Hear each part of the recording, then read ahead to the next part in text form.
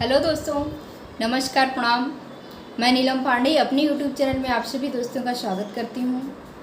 आज आप सभी के बीच में एक बहुत ही प्यारा सा सोहर गीत लेके आई हूँ। सास बहू की नोक-झोंक है। आइए गीत का आनंद लेते हैं। प्लीज़ आप लोगों को सोहर गीत कैसा लगा कमेंट बॉक्स में ज़रूर बताएं। वीडियो को लाइक कीजिए, शेयर कीजिए, प्यारा सा कमेंट ज़रूर दीजिएगा। आइए सोहर गीत का आनंद लेते हैं। सोवत रहली ओ बरिया केवड़िया ओढ़ गाई के केवड़िया ओढ़ गाई के नीहो सोवत रही धना ओ बरिया केवड़िया ओढ़ गाई के केवड़िया ओढ़ गाई के नीहो सखिया आधी राती पिया वाजया मैं धाना जे डेराई गाई धाना जे डेराई गाई हो के करे हाया तू बेटा मना तो के करे बीरन मातो के करे बीरन माऊ हो राजा के करे हाया तू ही पुरुष वाया धीनी राती आया धीजे राती आया हो अपनी मायरिया के बेटा तो बहिनी के भैया तो बहिनी के भैया हो रानी तो हराए हई हमें पुरुष वाया धीजे राती आयन आधिए राती आया हो के का तू पिया